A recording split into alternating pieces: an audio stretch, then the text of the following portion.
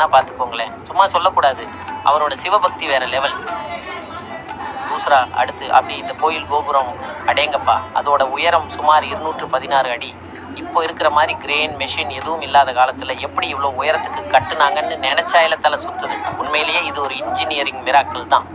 மூன்றாம் இன்னொரு ஷாக்கிங்கான விஷயம் என்னன்னா, அந்த கோபுரத்தோட உச்சியில் ஒரு கல் இருக்கு பாருங்க, அதோட வெயிட் மட்டும் 80 டன்.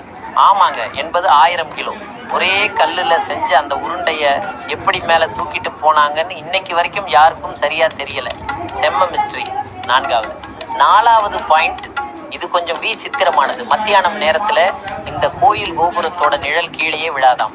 இது கட்டிடக்கலையோட தந்திரமா இல்லை வேற ஏதாச்சும் ரகசியம் இருக்கான்னு இன்னைக்கும் எல்லாரும் பேசிட்டு இருக்கிறாங்க.